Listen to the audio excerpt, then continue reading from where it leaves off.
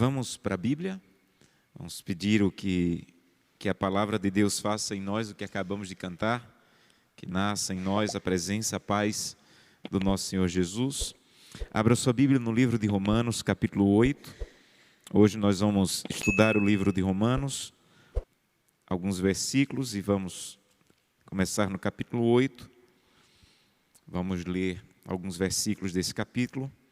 Antes de lermos, mais uma vez, vamos fechar os olhos, vamos falar com Deus. Querido Pai, muito obrigado, Senhor, pela oportunidade de mais uma vez estar na Tua casa e mais uma vez abrir a Tua palavra, para, como dissemos na música, o Senhor, a Tua presença possa nascer em nós mais uma vez. Muito obrigado, Senhor, porque ao despertarmos podemos ter a certeza de que a Tua misericórdia se renovou em nossa vida, porque ela nasce a cada manhã, mais uma vez. Te agradecemos por isso. E nesse momento queremos que a Tua palavra atenda às nossas necessidades, fale ao nosso coração, e queremos sentir a presença do Teu Santo Espírito falando conosco. É o que te pedimos em nome de Jesus. Amém. Romanos capítulo 8, nós vamos ler os versículos 19, 23 e 25. Romanos 8, 19 diz: a ardente expectativa da criação aguarda a revelação dos filhos de Deus. Verso 23, e não somente ela aguarda com expectativa, mas também nós, que temos as primícias do Espírito, igualmente gememos em nosso íntimo, aguardando a adoção de filhos e a redenção do nosso corpo. Verso 25, mas se esperamos o que não vemos, com paciência aguardamos. Esse texto faz parte do que os estudiosos da Bíblia chamam de as aparentes contradições de Paulo. Quando você está estudando os livros de Paulo, algumas vezes parece que ele entra em contradição. Por exemplo, quando ele diz no capítulo 7, verso 4, que você está morto para a lei. Já no capítulo 7, verso 12, ele diz que a lei é santa, justa e boa. Você diz assim, peraí, eu estou morto para a lei ou a lei é santa, justa e boa? Quando, por exemplo, ele parece desmerecer o judaísmo e depois ele diz assim, olha, ser judeu tem várias vantagens. O judaísmo em si tem várias vantagens a nos ensinar, várias coisas a nos ensinar. E você fica dizendo, mas espera aí, o que é que ele está querendo dizer? Todas essas aparentes contradições de Paulo têm uma explicação muito linda e profunda. Na verdade, ele não entra nunca em contradição. O que ele está dizendo é, eu estou ensinando aqui uma coisa, aqui eu quero ensinar outra coisa. E quando você estuda os livros de Paulo e que você começa a estudar esses pontos, você vê que coisa maravilhosa o que ele escreveu. E esse texto, ele apresenta uma das aparentes contradições de Paulo. Para você entender o contexto aqui é importante. O capítulo 8, eu preguei um dos dias, que é uma resposta ao capítulo 7. O capítulo 7, 13 vezes ele fala de pecado, 13 vezes ele fala de morte. O capítulo 7 é a falência do homem que vive para si. É a derrota da vida de um homem ou uma mulher que está vivendo só para si e que tem que gritar desesperado, desaventurado homem que sou, quem me livrará do corpo desta morte? E o capítulo 8 é uma resposta a esse homem. É uma resposta à pessoa que está desesperada, indo para a morte, indo para o pecado. E o capítulo 8, como eu falei, é o capítulo em que 30 vezes aparece o Espírito Santo, mas as palavras-chave do capítulo 8 é glória, vida, esperança, filhos, herdeiro e redenção. Então Paulo está dizendo assim, o capítulo 8, eu quero falar sobre o plano de Deus de voltar para te resgatar do pecado. Até o capítulo 7, Paulo apresentou como o que Deus fez no passado para nos salvar na cruz do Calvário, o que Deus faz no presente para nos manter no caminho da salvação, e agora ele começa a apresentar o que Deus fará no futuro para nos resgatar completamente dessa terra. No capítulo 8, ele começa a falar sobre a volta de Jesus, essa expectativa que nós temos. E aí, ele dá dois conselhos para você que está esperando Jesus voltar. O primeiro conselho, no verso 19, é quando ele diz assim, olha, aguarde a volta de Jesus com ardente expectativa. E o segundo conselho, no verso 25, quando ele diz assim, aguarde a volta de Jesus com paciência. Aí você diz, Paulo, então você agora tem que se definir. Eu tenho que esperar a volta de Jesus com ardente expectativa ou com paciência, porque na minha cabeça, expectativa e paciência são contrastes. Na verdade, como todas as outras aparentes contradições que eu disse, essas duas palavras como que se completam. Quando Paulo diz assim, espere com ardente expectativa, a palavra ardente expectativa, na língua que Paulo escreveu, você pode formar uma imagem na sua mente. É alguém que está na ponta dos pés, esperando alguma coisa que está ali no horizonte, ela coloca a mão assim e junta os olhos, porque ela tem muita expectativa e o corpo dela, a maneira dela viver, ela mostra que ela está esperando. Quem olha para ela vê que ela está esperando alguma coisa que está vindo. Isso é ardente expectativa. Em outro momento ele diz no verso 25, espere com paciência. Então o que Paulo está tentando nos ensinar é que existe uma maneira correta e uma maneira incorreta de esperar Jesus voltar. Há pessoas que às vezes esperam Jesus voltar com tanta paciência que terminam perdendo a expectativa. E a gente que espera Jesus voltar com tanta expectativa que termina perdendo a paciência. Então Paulo diz, você nem pode esperar Jesus voltar com tanta expectativa que perca a paciência, nem pode esperar Jesus voltar com tanta paciência que perca a expectativa. A revista de hoje, dos 10 dias de oração, nos trouxe o texto das 10 virgens. Leia a revista, se você ainda não conseguiu ler. Mas o que Jesus falou na parábola das 10 virgens, em Mateus 25, é a mesma coisa. Ele disse assim, olha, vou deixar claro para vocês, as 10 virgens representam as pessoas que estão esperando Jesus voltar, o noivo voltar. Mas o texto diz, o noivo tardou. Tenha paciência. Vai haver uma aparente demora. E eu não sei você, mas para mim há uma aparente demora. Quando a minha mãe faleceu, uma das coisas que me confortava é dizer, Jesus está voltando. Daqui a pouco minha mãe ressuscita. E 20 anos já se passaram. Há uma aparente demora e Jesus avisou isso. O noivo demorou a vir. Tenha paciência. Mas na mesma parábola, ele diz assim, que as virgens prudentes, elas estavam prontas, na expectativa, ele vai vir. Então, o óleo tem que estar pronto para a lâmpada. Então, teve que ter a paciência para esperar o noivo, que parecia estar tardando, e teve que ter o preparo, a expectativa para estar pronta, para na hora que ele chegar, eu estar pronto com o óleo para a lâmpada. Paulo está falando a mesma coisa. E hoje eu queria compartilhar com vocês isso. A maneira correta e a maneira errada de esperar Jesus voltar.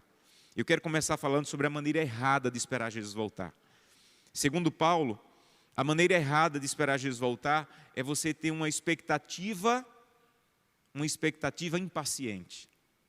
Expectativa impaciente é a atitude de alguns cristãos de querer tanto a volta de Jesus, de querer tanto a glória, que começam a pregar coisas como que a última geração de crentes dessa terra não vai ter pecado.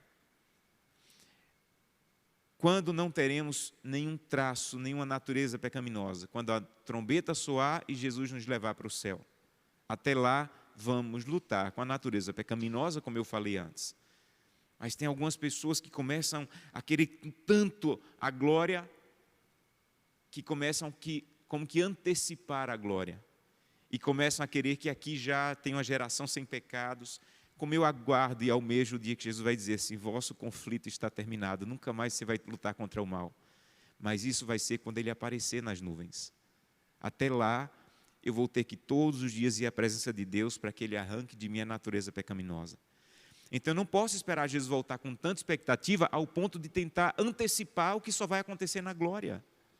Há pessoas que esperam com tanta expectativa a volta de Cristo que começam a buscar na internet vídeos especulativos sobre decreto dominical, sobre marca da besta, sobre perseguição, sobre ecumenismo. E elas têm tanta expectativa na volta de Cristo que quase como que estão antecipando ou marcando datas. E o objetivo da profecia não é marcar datas nem antecipar, é apenas nos manter alerta.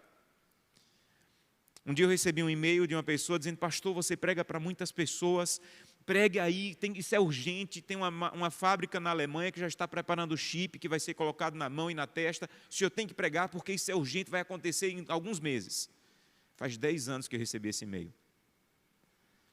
O objetivo não é ficar procurando na internet vídeos especulativos sobre decretos, sobre perseguição. O objetivo é se manter alerta. Se você está sempre procurando vídeos especulativos, você pode se envolver tanto com isso que você perde o objetivo da profecia, que é Cristo. Algumas pessoas, às vezes, me interpretam mal quando eu falo isso, mas eu continuo falando.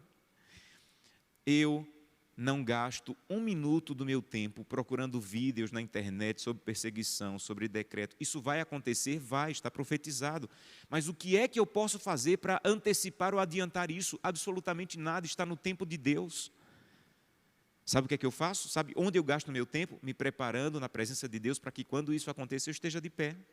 Esse é o meu tempo.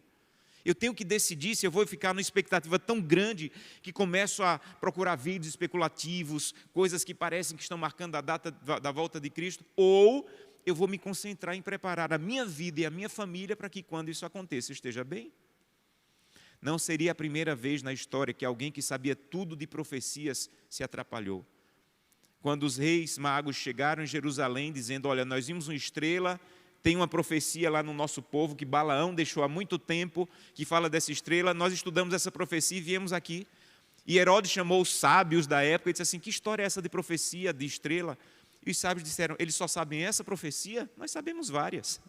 Nós sabemos que vai ser em Belém, nós sabemos que vai ser de uma virgem. Eles sabiam várias profecias, mas sabe o que aconteceu? Estavam com a cabeça cheia de eventos, mas sem Cristo, coração sem Cristo. E se perderam. Então não é encher a cabeça de especulação, é encher o coração da presença de Deus. E quando você vê alguma coisa acontecendo na história, no jornal, você diz assim, louvado seja Deus, isso só confirma que eu tenho que me preparar. Só isso. Há algum tempo atrás, quando o Reino Unido saiu da União Europeia, que se criou expectativa, é agora, é agora. Gente, Daniel 2 já dizia que aqueles reinos não iriam se unir, não é nada novo, já está lá em Daniel 2. Você não precisa, Daniel 2 já dizia, não vai se unir. Aí quando você vê que a União Europeia não se une, aí você diz, louvado seja Deus, a profecia está certa, eu tenho que me preparar. Então não viva uma expectativa ao ponto de ser uma expectativa impaciente. Esse é o primeiro erro em esperar Jesus voltar. O segundo erro, eu chamo de paciência irresponsável. O primeiro erro é uma expectativa impaciente. O segundo erro é uma paciência irresponsável. É aquela pessoa que canta sobre a volta de Cristo, lê sobre a volta de Cristo, a placa da igreja que ela segue se chama adventista, quer dizer, é aquele que esperou o advento de Cristo, mas ele já não tem expectativa pela volta de Cristo. O coração dele já não arde por essa promessa. Jesus voltar se tornou uma doutrina, um estudo bíblico e não uma paixão. Quando eu era criança, eu lembro que um dos sermões que me marcou na igreja que eu frequentava com os meus pais foi quando um homem de Deus da minha igreja, já falecido, ele disse, Jesus vai voltar. Ele pregou com tanta paixão sobre a volta de Cristo. Em um dos momentos do sermão, ele disse assim, Jesus vai voltar e ele vai voltar numa nuvem do tamanho da mão de um homem. Aquilo ficou na minha cabeça. E eu saí da igreja e de vez em quando eu colocava a mão assim para o céu para procurar uma nuvem do tamanho da minha mão. Senhor, será que o Senhor está naquela nuvem? Eu pensava. E eu fiquei pensando, quando é que eu cresci? Comecei a estudar teologia e parei de procurar a nuvem que Jesus vai voltar. Em que momento eu parei de ter aquela expectativa que eu tinha na infância? Outro dia eu estava fazendo culto com os meus filhos e eles disseram assim, pastor, papai, estou com saudade de Jesus. Em que momento você parou de ter saudade de Jesus? Às vezes nós estamos tão pacientes que perdemos a expectativa. Isso é um grande perigo. Então nem tenham expectativa ao ponto de perder a paciência, nem tenham a paciência ao ponto de perder a expectativa. Jesus falou isso numa parábola em Lucas capítulo 12, quando ele disse assim, olha, eu vou deixar 2 mordomos, é o sermão de ontem à noite, 2, não são 4, 2 tipos de cristãos. Um é o bom mordomo, que quando eu voltar vai estar pronto, e outro é o mau mordomo, que disse em seu coração, meu Senhor tarda em vir. Essa parábola é fantástica, lê essa parábola, capítulo 12, a partir do versículo 42. Lucas capítulo 12, 42. Jesus falou, o perigo dessa pessoa que não estava pronta para quando o Senhor voltou, é que ela começou a dizer no coração: meu Senhor vai vir, mas está longe. A tragédia não é você perder a fé na volta de Cristo. A tragédia não é você dizer que Ele não vai mais voltar. A tragédia é você saber que Ele vai voltar e começar a viver como se fosse demorar. Lutero, em um dos seus sermões, contou uma história que o inimigo se reuniu com seus anjos para pensar como é que nós vamos destruir os cristãos. E um demônio disse: eu sei, vamos dizer que a Bíblia é mentira. E o inimigo disse: não vai funcionar, eles acreditam na Bíblia. Vamos dizer que Deus não existe. Ele disse: não vai funcionar, eles acreditam que Deus existe. Aí ele disse que um demônio com o rosto cheio de maldade disse: eu sei o que vamos fazer. Vamos dizer que a Bíblia é verdadeira, vamos dizer que Deus é verdadeiro, mas vamos dizer que eles fiquem calmos, porque tudo ainda vai demorar muito. Ele disse que o inimigo sorriu e disse assim: isso vai funcionar. A Bíblia é verdadeira, Deus é verdadeiro, mas fiquem calmos, ainda vai demorar muito. Vamos fazer com que eles percam a expectativa. Mas eu não quero me demorar mais sobre a maneira errada de esperar Jesus voltar. Eu quero terminar esse sermão com a maneira correta de esperar Jesus voltar. A maneira correta é o conselho de Paulo: esperem com ardente expectativa. Esperem com ardente expectativa. Olhem para a nuvem do céu e digam: Senhor, como seria bom se naquela nuvem o Senhor estivesse voltando. Espere com ardente expectativa. E só tem uma maneira de esperar com ardente expectativa: é ir à presença de Deus todos os dias. É todos os dias ir à presença de Deus e dizer: Santo Deus, renova em meu coração a expectativa de te encontrar. E eu quero te encontrar hoje. Santo Deus, eu tenho um plano de comprar uma casa, mas eu deixo o plano para lá. Se o Senhor voltar hoje, eu estou feliz demais. Santo Deus, eu estou estudando para passar no concurso, mas o Senhor voltar hoje, para mim é mais importante do que passar no concurso, que eu queria que o Senhor voltasse hoje. Quando você vai à palavra de Deus, você tem um encontro com os planos de Deus para a sua vida. Há uma citação muito linda em Testemunhos para a Igreja, volume 3, página 537, em que Ellen White diz: a Bíblia é para nós a fotografia da mente de Deus e de Cristo. Olha que coisa linda. A Bíblia é como uma fotografia da mente de Deus. Quando você está lendo a Bíblia, você começa a compreender os planos de Deus para você. Isso vai manter você sempre na expectativa. A segunda maneira de esperar Jesus voltar correta é você ter uma paciência expectante. É você saber que enquanto você estiver nessa terra, você vai derramar lágrimas. Então não desista. Tenha paciência. Enquanto você estiver nessa terra, você vai enfrentar lutas, mas não desista. Por favor, não desista. Talvez eu esteja falando para alguém aqui, ou alguém que está nos assistindo, que está enfrentando um momento tão difícil, que você está perdendo a paciência já. Paulo está dizendo: por favor, espere com paciência, Jesus vai voltar. Mas para mim a melhor maneira de não perder a paciência para a volta de Cristo é se manter sempre ativo trabalhando para a causa de Deus. A pior coisa que existe é você esperar alguém sem fazer nada. O tempo não passa. Mas quando você espera alguém fazendo alguma coisa, a pessoa demora e você diz: olha, nem senti que você demorou, eu estava tão ocupado aqui. Há muitos cristãos que estão esperando Jesus voltar sem fazer nada. E você começa a dizer assim: está demorando. E você vai perdendo a paciência, você vai perdendo a firmeza espiritual. Espere Jesus voltar, ativo, trabalhando, dando estudos bíblicos, compartilhando a verdade. E quando Jesus voltar, você vai dizer: olha, Senhor, para mim não demorou, porque eu te esperava todo dia. Então espere Jesus voltar com expectativa, espere Jesus voltar com paciência. Um dia, alguém me ligou e disse assim: pastor, eu estou frio espiritualmente. E não venha dizer que eu tenho que orar, eu estou orando. Não venha dizer que eu tenho que ler a Bíblia, eu estou lendo a Bíblia. O que é que eu faço? E eu disse assim: olha, eu sei o que está faltando. Pega teu violão e vai todo sábado visitar algumas pessoas que eu sei da tua igreja que não vão para a igreja ou que estão doentes. Todo sábado. E ele começou a ir com a família. E um dia me disse: pastor, minha vida espiritual reacendeu. Era isso que faltava. Eu estava esperando Jesus voltar só com comunhão. E eu fui perdendo a paciência. Mas quando eu comecei a esperar Jesus voltar com missão e comunhão, eu voltei a ter o coração aquecido. Eu gosto muito do final do livro do Apocalipse, quando depois de João ver o céu, falar sobre a Nova Jerusalém, Jesus aparece para ele. João foi um dos discípulos mais novos a seguir a Jesus, foi o último a morrer. E quando ele já estava velhinho ali na ilha de Patmos, no final do livro do Apocalipse, Jesus diz assim: João, escreve aí, eis que venho sem demora.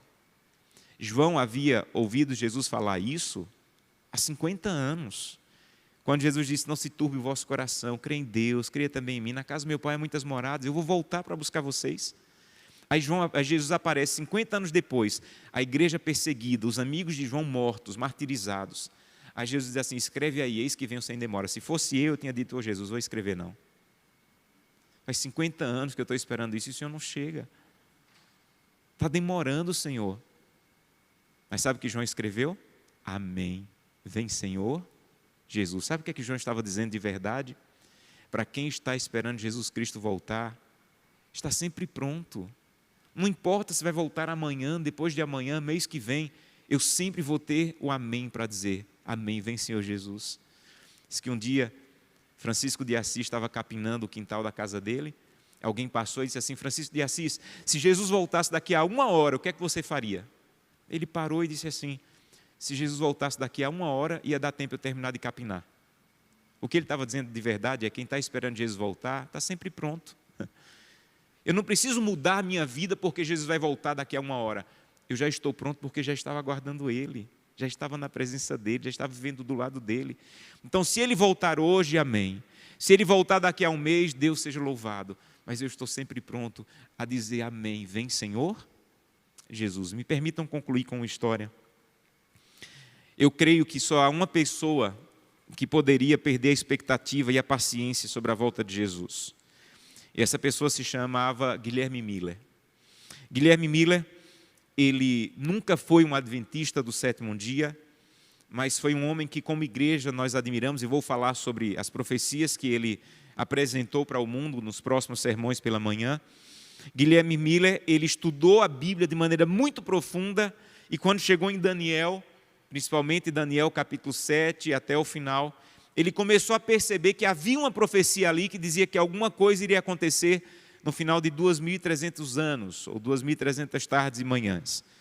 E ele viu que o santuário seria purificado, e ele pensou: o santuário é a terra, e Jesus vai purificar a terra voltando. Então ele olhou a profecia, a data estava correta, mas o evento que ele interpretou estava errado. Jesus não voltaria em 1844, como não voltou. E ele começou a pregar, e por 12 anos ele pregou: Jesus vai voltar, Jesus vai voltar. E ele pregou com tanta paixão que 500.000 de pessoas ouviram a pregação dele. E houve uma expectativa muito grande sobre a volta de Jesus em 1844. E a Bíblia já profetizava que seria amargo, que eles iriam se decepcionar, porque Jesus não voltaria, porque não era sobre isso que falava a profecia, não era sobre a volta de Cristo. E aquilo foi tão forte que no dia seguinte, quando Jesus não voltou, vários jornais tinham na primeira capa do jornal zombaria contra Miller e aqueles que tinham esperado Jesus voltar, zombando de Miller. E mesmo assim, Miller escreveu: eu acreditei e preguei que Cristo voltaria no fim do período profético das 2.300 tardes. Mas eu continuo acreditando, e com a ajuda de Deus eu vou pregar até que Ele venha. Eu posso dizer com todo o meu coração: amém, vem Senhor Jesus. Aguardo a cada dia e hora o retorno de Cristo. Eu desejo estar com Ele, e eu posso dizer que eu ainda o amo como amava há 28 anos atrás. Eu achava, pelo que eu estudei, que eu já deveria estar no céu, mas ainda estou aqui, um peregrino e estrangeiro, esperando a mudança do mortal para o imortal. Mas eu não estou abatido nem desanimado. Deus está comigo, Ele tem me consolado. Minha mente está calma, minha esperança está firme na volta de Cristo. E eu quero permanecer firme todos os dias até que Ele venha. No dia, ele morreu em 20 de dezembro de 1849, e durante os últimos dias da sua vida, ele continuou na expectativa da volta de Cristo.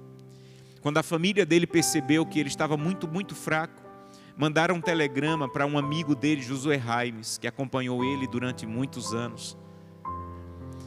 Josué Raimes morava em Nova York, no estado de Nova York. Ele viajou para encontrar seu amigo. Quando chegou lá, Miller estava cego, fraco. Mas quando ele percebeu que era o seu amigo de pregação sobre a volta de Cristo, José Raimes, ele disse: querido amigo, diga aos irmãos que o Senhor vai voltar, que eles sejam pacientes e esperem por Ele. No último dia da vida dele, 20 de dezembro, ele estava muito fraquinho, mas de vez em quando ele dizia: oh, como eu quero vê-lo, vitória, vitória, vencida está a morte, Ele é poderoso para me salvar.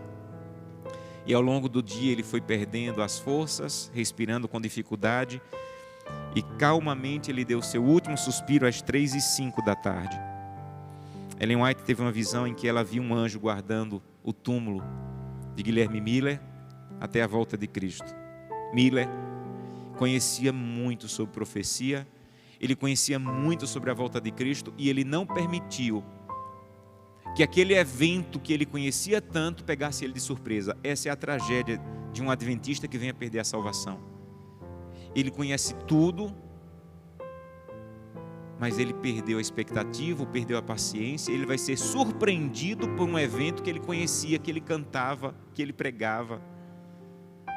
Eu quero convidá-lo essa manhã a dizer: Santo Deus, eu não quero ser surpreendido pelo evento, talvez o mais claro da Bíblia, talvez o que mais a igreja prega. Não me deixe ser surpreendido pela volta de Cristo. Eu quero estar pronto. Eu quero aguardar com expectativa, mas eu também quero aguardar com paciência enquanto Ele não vem. Eu quero ter expectativa buscando a Deus, e eu quero ter a paciência pregando enquanto Ele não vem. Enquanto Jesus não vem, como vai ser a sua vida? Enquanto Jesus não chega, o que você vai fazer para nunca perder a paciência e nunca perder a expectativa e poder dizer: esse é o Deus que eu esperava. E todo dia acordar e dizer: Senhor, eu creio e ainda creio que o Senhor vai voltar sem demora. Então amém. Vem, Senhor Jesus.